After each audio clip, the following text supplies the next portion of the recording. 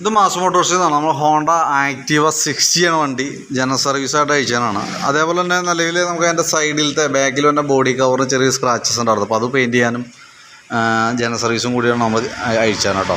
അപ്പോൾ സർവീസുമായി ബന്ധപ്പെട്ട് നമ്മളതിൻ്റെ ബാക്കിലത്തെ ബ്രേക്ക് ലൈനറൊക്കെ നമ്മൾ അയച്ച് ചെക്ക് ചെയ്യാനുണ്ട്. നിലവിൽ കിടക്കുന്നത് ഹോണ്ടയുടെ ഒറിജിനൽ ലൈനറാണ്, പുത്തൻ ലൈനറാണ്, വേറെ യാതൊരു കംപ്ലൈൻറ്റും ഇല്ല. ക്യാമൊന്ന് അഴിച്ച് ഗ്രീസ് ചെയ്യുക, ഒന്ന് ആ പേപ്പറൊക്കെ ഇട്ടൊന്ന് പിടിച്ച് ക്ലീനാക്കി റീസെറ്റ് ചെയ്ത് കയറ്റിയാൽ. പിന്നെ നമുക്ക് അതിൻ്റെ ക്ലച്ച് ഔട്ടറിൻ്റെ യൂണിറ്റ്, ക്ലച്ച് ഔട്ടർ, അതേപോലെ CVT ക്ലച്ചിൻ്റെ ഭാഗം, അതിൻ്റെ variator body, roller, boss drive unit, ഇതൊക്കെ ചെക്ക് ചെയ്യാനും അതേപോലെ തന്നെ ഓയിൽ ലീക്കേജോ കാര്യങ്ങൾ എന്തെങ്കിലുമൊക്കെ ഉണ്ടോ എന്ന് നമുക്ക് അറിയണം. അതിനൊക്കെ വേണ്ടിയിട്ടാണ് നമ്മൾ ക്ലച്ചിൻ്റെ ഭാഗം അഴിക്കുന്നത്. അത് ഓൾറെഡി നമുക്ക് സർവീസിലുള്ളതാണ്. അപ്പോൾ നമ്മൾ അതിനൊക്കെ വേണ്ടിയിട്ട് അഴിച്ചിട്ടുണ്ട്. അപ്പോൾ നിലവിൽ പറയത്തൊക്കെ യാതൊരു കംപ്ലൈൻറ്റും ഇല്ല. ഈ ബെൽറ്റൊക്കെ വർക്ക് ചെയ്തിട്ട് അത്യാവശ്യം കുറച്ച് പൊടിയൊക്കെ ഉണ്ട്, അതൊക്കെ ഒന്ന് ക്ലീൻ ചെയ്ത് കയറ്റാം. ബെൽറ്റിൻ്റെ കണ്ടീഷൻ നോക്കുമ്പോൾ കമ്പനി ബെൽറ്റ് കിടക്കണേ ഹോണ്ടയുടെ ഒറിജിനൽ ബെൽറ്റിനാണ്, പുതിയ ബെൽറ്റാണ്, വലിയ പഴക്കമൊന്നും ആയിട്ടില്ല. അതൊക്കെ നമുക്ക് ക്ലീൻ ചെയ്ത് അങ്ങനെ റീസെറ്റ് ചെയ്താൽ മതി. കിക്കറിൻ്റെ വീലായാലും അഴിച്ച് ഗ്രീസ് ചെയ്തിടാം. വേറെ പറയത്തൊക്കെ കംപ്ലൈൻറ്റ് ക്ലച്ചിൻ്റെ ഭാഗത്തൊന്നുമില്ല. എയർ ഫിൽറ്ററിൻ്റെ ഭാഗം നമ്മൾ നോക്കുമ്പോഴായാലും എയർ ഫിൽറ്റർ പുതിയ ഫിൽറ്റർ കിടക്കണേ, ഹോണ്ടയുടെ കമ്പനി ഒറിജിനൽ ഫിൽറ്റർ തന്നെ കിടക്കുന്നത്. അപ്പോൾ നമുക്കൊന്ന് തുടച്ച് ക്ലീൻ ആക്കുക, റീസെറ്റ് ചെയ്യുക, അതൊക്കെയാണ് നമുക്ക് മെയിനായിട്ടുള്ളത് അതിനകത്ത്. അപ്പം നമുക്ക് അതിൻ്റെ ആക്സിലേറ്റർ കേബിളിൻ്റെ ഒക്കെ പ്ലേ നമ്മൾ കാര്യങ്ങൾ നോക്കണുണ്ട്. ടൈറ്റ് കാര്യങ്ങളൊന്നുമില്ല, വേറെ ഇപ്പോൾ നിലവിൽ വേറെ പ്രശ്നങ്ങളൊന്നും കാണിക്കുന്നില്ല കേട്ടോ. ബാറ്ററി നമുക്കിത് ഇരിക്കുന്ന പുതിയ ബാറ്ററിയാണ്, 2024 ബാറ്ററിയാണ്.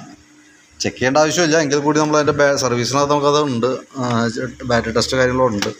അപ്പോൾ അതുകൊണ്ട് കൂട്ടത്തിൽ നമ്മൾ ചെയ്തു പോകുന്നുണ്ട്. 12.77 നമുക്ക് അതിൻ്റെ വോൾട്ട് കിട്ടണം കേട്ടോ. അത്യാവശ്യം നല്ല വോൾട്ടാണ്. 12 വോൾട്ട് എന്ന് പറയുമ്പോൾ പെർഫെക്റ്റാണ്. ബാറ്ററി ചെക്ക് ചെയ്യുമ്പോഴും ഓക്കെ ആയിട്ട് കാണിക്കണം. കംപ്ലൈൻ്റ് ഒന്നും ഉണ്ടായിട്ടല്ല, നമുക്ക് ഓൾറെഡി ജനറൽ സർവീസിനകത്ത് ഇത് ഇൻക്ലൂഡാണ്. അപ്പോൾ നമ്മൾ കൂട്ടത്തിൽ ചെയ്ത് പോകണമെന്നുള്ളൂ കേട്ടോ. പിന്നെ അതേപോലെ തന്നെ ഫ്രണ്ട് ബ്രേക്കിൻ്റെ ഭാഗമൊക്കെ നമ്മൾ അഴിക്കുന്നുണ്ട്. ബ്രേക്ക് ക്യാമൊക്കെ ഒന്ന് അഴിച്ച് ഗ്രീസ് ചെയ്യുന്നുണ്ട്. ലൈനറിൻ്റെ ഭാഗമൊക്കെ ഒന്ന് ചെക്ക് ചെയ്യുന്നുണ്ട്. ലൈനറൊക്കെ നല്ല ലൈനറാണ് കിടക്കുന്നത്. വണ്ടി വന്നപ്പോൾ ഉള്ള ലൈനറാണ്, പക്ഷെ നമുക്ക് വേറെ കംപ്ലൈൻറ്റോ കാര്യങ്ങളൊന്നുമില്ല. ഫ്രണ്ട് ബ്രേക്ക് സാധാരണ മറ്റേ ബാക്ക് ബ്രേക്കിനെ അപേക്ഷിച്ച് ഉപയോഗം കുറവാണ്. അപ്പോൾ പരമാവധി നമുക്ക് ഉപയോഗിക്കാനായിട്ട് കിട്ടും. ഇപ്പോൾ നിലവിൽ വേറെ പ്രശ്നമൊന്നുമില്ല. ക്യാമൊക്കെ ഒന്ന് അഴിച്ച് ഗ്രീസ് ചെയ്തേറ്റാ റീസെറ്റ് ചെയ്യുക, അതൊക്കെ ഉള്ളൂ മെയിനായിട്ട്. ബ്രേക്ക് കേബിളുകളായാലും വർക്ക് ചെയ്യുമ്പോൾ വേറെ പ്രോബ്ലം ഒന്നും കാണുന്നില്ല. ഔട്ടറിൻ്റെ വലിച്ചിൽ സ്റ്റാർട്ട് ചെയ്തിട്ടുണ്ട്, പക്ഷേ വേറെ മാറ്റേണ്ട പ്രശ്നം അങ്ങനെ കാര്യങ്ങളൊന്നുമില്ല. പിന്നെ നമുക്ക് ഈ ഭാഗത്തേക്ക് വരുമ്പോഴത്തേക്ക് നമുക്ക് സ്പാർക്ക് പ്ലഗൊക്കെ ഒന്ന് അഴിച്ച് ക്ലീൻ ചെയ്യാനുണ്ട്. പുതിയ പ്ലഗാണ്, എയർ ഫിൽറ്ററിൻ്റെ കൂട്ടത്തിൽ ഒരുമിച്ച് മാറ്റിയേക്കണ പ്ലഗാണ് കേട്ടോ.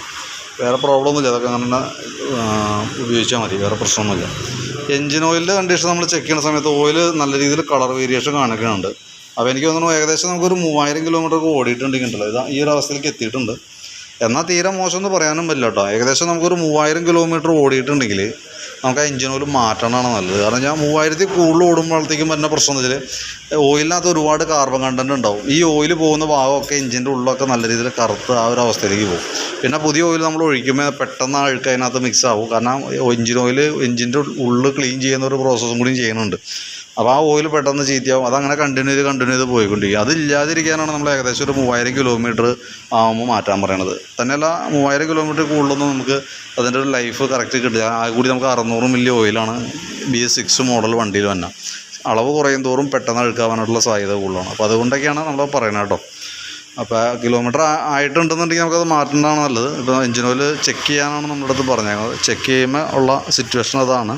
പിന്നെ അതിൻ്റെ ബോഡി ഭാഗം നമ്മൾ അഴിച്ച് പെയിൻറ്റിങ്ങിന് വിട്ടിട്ടുണ്ട്. അതിനകത്ത് ആക്റ്റീവയുടെ ആക്റ്റീവ എന്ന് എഴുതിയേക്കണ ആ എംബ്ലം നമുക്ക് അവൈലബിൾ അല്ല. ഐറ്റം ബുക്ക് ചെയ്തിട്ടുണ്ട്. പിന്നെ അത് വരാൻ വേണ്ടി നോക്കി കണ്ട് നമുക്ക് വർക്ക് കംപ്ലീറ്റ് ആക്കി കൊണ്ടുപോകാം. നമുക്ക് നാളെ ഒരു ഉച്ച കഴിയുമ്പോഴത്തേക്കാണ് പെയിൻറ്റ് ചെയ്ത് ക്ലിയർ ചെയ്ത് നമ്മുടെ കയ്യിൽ കിട്ടുള്ളൂ. അപ്പോൾ ശനിയാഴ്ചയ്ക്കാണ് കംപ്ലീറ്റ് ചെയ്യാനായിട്ട് സാധിക്കുള്ളൂ. അപ്പോൾ ബാക്കിയത്തെ വർക്ക് ക്ലിയർ ചെയ്ത് വയ്ക്കാം. ബോഡി വന്നതിനനുസരിച്ച് നമുക്കത് കംപ്ലീറ്റ് ചെയ്യാം കേട്ടോ. അപ്പോൾ ഞാൻ അതിൻ്റെ ഏകദേശം ഒരു എസ്റ്റിമേറ്റ് ഡീറ്റെയിൽസ് വാട്സാപ്പിലേക്ക് ഒന്ന് സെൻഡ് ചെയ്തിട്ടേക്കാം. ഓക്കെ, വർക്ക് കംപ്ലീറ്റ് ആകുമ്പോൾ ഞാൻ ഡീറ്റെയിൽസ് ഇടാം. അപ്പോൾ വീഡിയോയും എസ്റ്റിമേറ്റും കൂടിയിട്ട് ഞാൻ അതിൽ ഇട്ടേക്കാം. ഇടയ്ക്ക് നോക്കിയിട്ടൊന്ന് റിപ്പോർട്ട് കേട്ടോ.